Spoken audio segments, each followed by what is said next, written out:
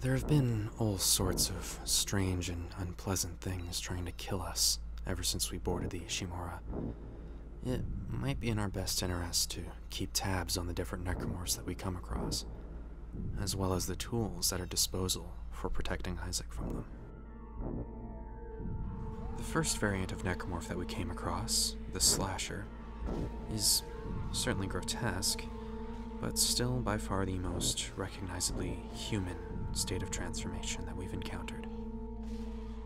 Slashers lurch towards Isaac on strange and misshapen appendages that seem to be built for scuttling rather than walking, and they almost seem to struggle with keeping upright, although they're perfectly capable of breaking into a sprint at a moment's notice.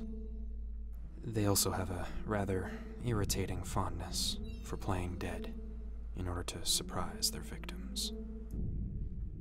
Their name comes from the most noticeable repurposing of their bodies, long appendages sprouting from their shoulders, with what seem to be altered shoulder blades at the ends.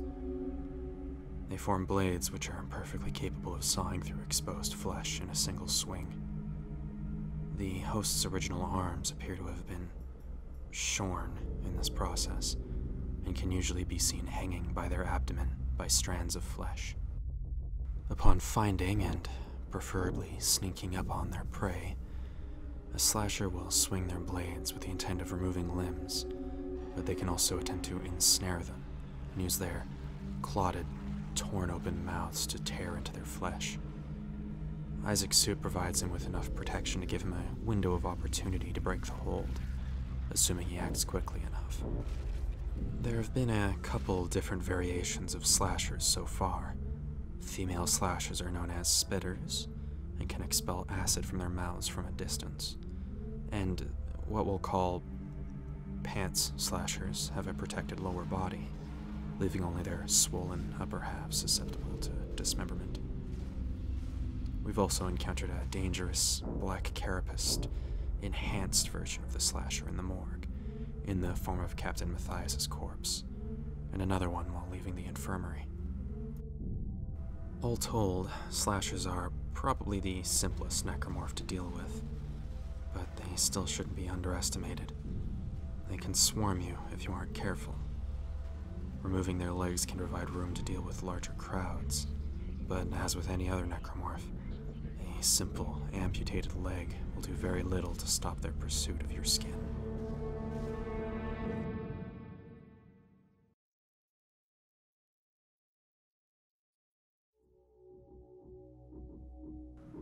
The 211V plasma cutter is the first method of self-defense that Isaac comes across in the depths of the Ishimura. It is a high-grade mining tool designed for use on brittle and frozen rock with poor structure, and it can easily peel apart even the densest of hard materials if the necessary preparations are made in advance. It can also be rotated freely by the user, allowing for accurate and precise cuts in even the most awkward of work environments. With minor modification and all of its potential safeguards stripped away, the plasma cutter becomes a very dangerous weapon.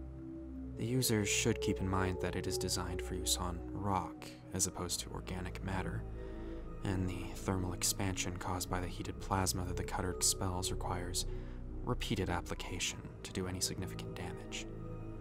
Regardless, in a set of suitably talented hands, the 211V Schofield Tools plasma cutter is an extremely potent weapon.